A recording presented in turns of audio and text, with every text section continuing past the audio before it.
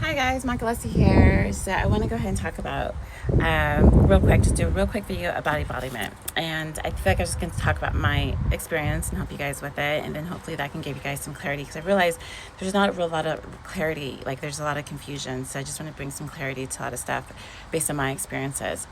So what happened is a lot of times people hear about like the lower self and the higher self, right? So the lower self, from my understanding, is like who you are when you first awaken. So when you first awaken, you get all these ideas and personalities from your parents or society. They tell you what to do, what to think. And what you really want to do is you want to just kind of like make some analyzations for yourself, like look into yourself and figure out what feels true to you. Because from my understanding, everyone has like their own little whatever they like, whatever you want to call it, their soul purpose or their own likes. So be true to yourself and find what you like. And in that process, you would balance the four elements. The four elements sound scary, but it's really not that scary. It's just basically fire, which is your willpower, water, which is your emotions, air, which is your intellect, and then earth, which is your body. So really what you want to do is get to understand those parts of yourself and then balance it. Once you understand that, in that process, you'll start to have like intuition. Intuition is kind of like your guardian angels. It tells you where to go. They're kind of like the parts that gives you the clues. So when you follow your intuition, you follow your gut, that is like your guardian angel, because you remember your intuition is innate. It's never going to give you wrong information. It wants you to survive. It's parts of you. Then you start finding it, and then you'll figure out what you like. For my example, was I was really into spiritual information. I had a thirst for spiritual information. And from that part, for spirituality, I started being able to get glimpses of my higher self. So glimpses of my higher self is what they would call gnosis. They would call it like direct knowing, but now that I'm a little bit more aware, I'm realizing it's not really direct knowing, it's really remembrance. Because what happened is we kind of are all under a spell of amnesia. And we're all under amnesia because what happens when the tree of life got cut down, it connected all of our higher selves.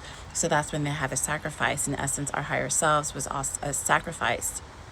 So then now what we have to do is we have to resurrect it. And how you resurrect it, you have to understand your four elements, which is understand yourself. And when you understand yourself, then you can resurrect your higher self. When you resurrect your higher self, that's when you're talking about being born again.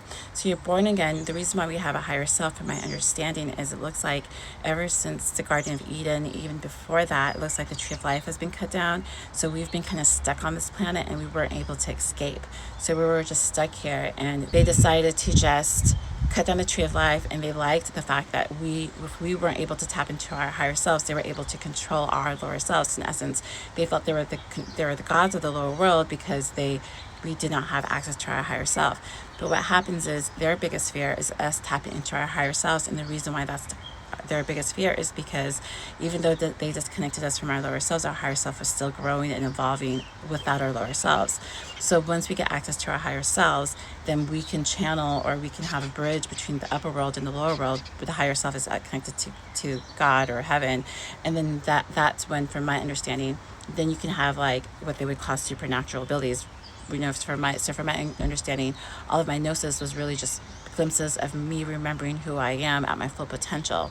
So when you're not tapping into your higher self, you're not born again, you're only tapping into your lower self, which is the animal mind, which is the feminine mind. And that's where the powers that be, or the false kings, put magic on through tapping into your emotions and not letting you understand yourself.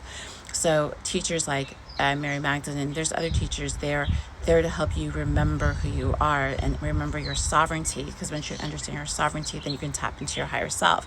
Then that's when Christians talk about being born again, because then you're tapping into your higher wisdom. And from there, you can do stuff like see multiple timelines. You can, time and space is a little bit different. For females, you are time and space. So therefore, you can look at timelines. You can look at space a little bit different. Where men, it seems like because men came after females, they can only see the third dimension. So usually the rituals are more like third dimensional. With women, we can see like time and space, so we can see further. So for other women, if you can see time and space, I would recommend that healing some of anything that's ritualistic. I created a little astral library and a little sanctuary. So please come and hang out with me. And we have a lot of stuff going on there for anyone who can access that. So a lot of stuff going on in there. But yeah, so basically I hope that gave you guys a little bit of information. And remember, if you guys want anything to happen in the physical, it has to happen in the astral and the etherical first. So it looks like a lot of stuff, now that there's a bridge between the upper and the lower worlds, like if one person do it, all person can do it. And from my perspective, it's like whatever I do for myself, I do it for the collective, because I realize that we're all one. And when you're tapping into collective, the cosmic mother, we're all tapping into the same source. So we're all, so what I do for myself, I do for everyone else. And I try to, like, because we're all one, basically. So that's my video. I hope it got you guys a little bit more clarity, and I'll see you in my next.